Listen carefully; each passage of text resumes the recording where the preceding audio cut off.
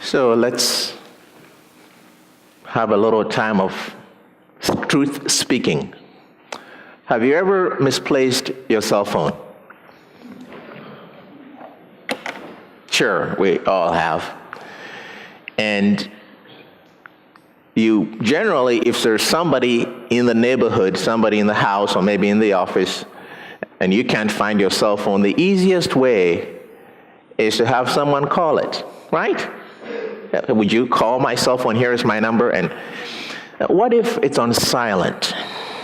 Because that's what happens to me a lot of times. I'm in a meeting, I silence my phone, I forget to turn it on, and then I lose it for a while. So call my phone for me so I can find it, but then it's on vibrate. That calls for quiet, doesn't it? Shh, I'm trying to listen for my phone. It calls for a sense of being heightened to just the vibration of the phone. Right? It vibrates, it has a certain pattern, and you follow it, and you find it. That's sort of the journey that I'm inviting us into during this Lent. Assume your cell phone is lost, misplaced. Assume that it's on silent, and it's going to take some slowing down, some attention to listening to find it. Of course, these phones these days have come to be pretty much our whole lives, right? You've got all your contacts in there.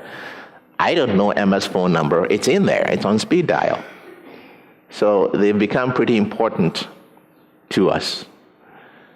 So it's got to be something that we've come to value, that we will slow down and become heightened in order to connect with again. So that's the nature of our journey this Lent. The prophet Elijah got into a lot of trouble about 900 years before Jesus was born. And his trouble was about really his life. The King Ahab of Israel and his wife Jezebel were into a lot of things that were not pleasing to God. And so there was a big contest on Mount Carmel in which Elijah ended up killing about 800 of the prophets of Baal, which is an idol that the Israelites were worshiping. Anyway, Jezebel found out about this feat of Elijah and promised, she swore, that by this time tomorrow, you will not be alive. I will make your life like other prophets that you just killed. And so Elijah is desperate, he is afraid, and he runs away. He runs and collapses under a shrub, a little tree, and we are told angels come and give him food to eat. He eats once, they say eat some more, the journey is long, he eats again, and then he rises and runs for 40 days and 40 nights. He is going to a cave. Not just any cave. This is a cave on Mount Horeb, also known as Sinai in the Bible. And that ought to remind us of something that happened in this precise cave. This is not just any cave. This is the cave where Moses had an encounter with God. You know how often in the Old Testament, when God shows up, there's a lot of fireworks. You know, up on the hill, there is smoke, there is fire, there are clouds. I mean, it's just a lot of power. And Moses one day went to God and said, you know, I'd like to see your face. You know, every time you show up, there's just all of this, and it's great, but I'd like to see your face. And God said, no, nobody gets to see my face. And Moses persisted, and God said, all right, you meet me in the cave, pointed out the cave, And what I'm going to do is that I'm going to put my hand on you as I pass by. So you don't get to see my face, but you get to see my back. This is a cave all of that happens in. So Elijah goes to this cave on Mount Horeb to meet God. He goes to meet God. And something very strange happens in the cave. God asks Elijah, Elijah, what are you doing here? And why would you suppose God would ask Elijah, what are you doing here? Does God not know that Elijah has killed all these prophets and his life is in danger? He's depressed, he's alone, he doesn't think anybody is for him, and so he has run for 40 days. Does God not know? But God doesn't only ask once, God asks him the second time, Elijah, what are you doing here? And Elijah says, your people no longer respect you. They have killed all of your prophets. They worship other gods, and they are now after me. And in fact, I don't think my life is worth living. So I have come to ask you to end it all. This is a depressed man. This is a lonely man. And God says, okay, well, go and stand at the mouth of the cave, and I'm going to pass by. And so we have, once again, wind, a lot of wind. But the text says God is not in the wind. Well, there's an earthquake. If you're in a cave and there's an earthquake, I would think that's kind of a dangerous situation to be in. It's a lot of shaking.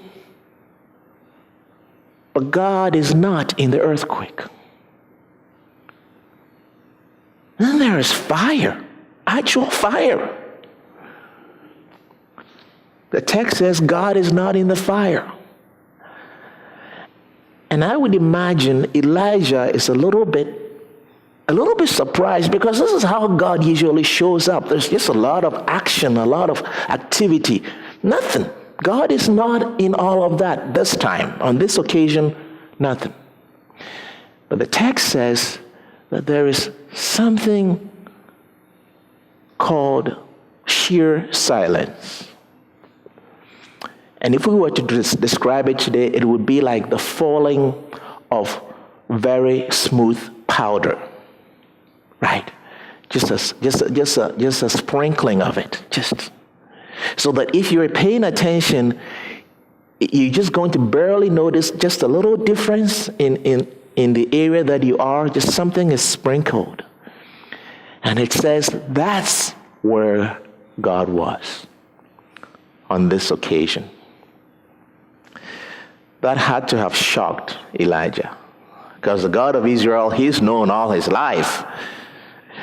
I mean, there is a lot of activity when God shows up, not in the falling of powder, but it tells us something. It tells us that when we find our cave and we come with an openness to encounter with God, we have to be open to however God chooses to show up. It may not be what you're used to. It may not even be at the time you expect. So does any of this actually hold any water? Does any of this mean anything to us today, or is it just a good story for yesterday and maybe many moons before that? So I want to encourage you to test this thing out for yourself. Does God still speak? Does God care about the issue that you are carrying right now? The thing that weighs heavy upon your heart. Does God have anything to say about that? So test it for yourself. Don't take my word for it. Just test it for yourself. But you've got to find your cave first. And the good news is you don't have to travel 40 days and 40 nights to find your cave. That's great news. Your cave could be your bedroom. It could be a particular path you walk on Tuesday mornings. But it is a place of intentionality, a place set aside. It could be your favorite couch or seat, the corner of your house, your living room. That becomes your cave. You set that aside and say, okay, this is where I'm going to encounter God. So you need a cave, a place of intentionality. And then you need whatever your issue is, whatever it is, something that is personal, something that means something to you, something that you are struggling with. You come to that place and you say, God, I would like to hear from you on this matter. And then to be open to hear from God on that matter. Just really open. Open enough to just be alert. Alert throughout the day, alert throughout the week. Just continue, like the candle is lit, continue to bring it up and just be open to God about it. Sometimes when God responds, God calls us to inaction, as in, stay right where you are, do not do anything. But a lot of times when God responds, God calls us to do something. Calls us to do something. And whatever that is, God goes with us to do it. When God showed up, told Elijah, I want you to go back home and I want you to anoint 2 different people as kings. One for the northern kingdom, the other for the southern kingdom. Anoint them as kings. Now that can't be the safest thing for a prophet to do, to just show up with oil and there are other people who are kings in the land, right? So if he shows up and just anoints 2 different people as king, where does that leave him? Are the current kings going to be very glad that there are new kings in town? So whatever the charge is that God asks you to do, remember that God goes with you into it. And even might be open to making some mistakes along the way. What's important is that you are open to what God is leading and guiding us into. Open to that and listening for that. So that's my invitation to you. That's my invitation to you. So we're going to spend some time today. We have set up a couple of places. As I introduce the children to it, this is one place where you might come and light a candle as prayer. There are candles at the back, but that's just one station. Another station is right where you are sitting. You don't have to go anywhere. Right where you are. Say, this is my cave this morning. I'm going to bring some intentionality to it. And God, here is the issue that I really would like to hear from you about. Here's my cave right now, right here. And bring that intentionality to it, right where you are. We have also put out 2 collecting boxes. One is right there, the other is at the back.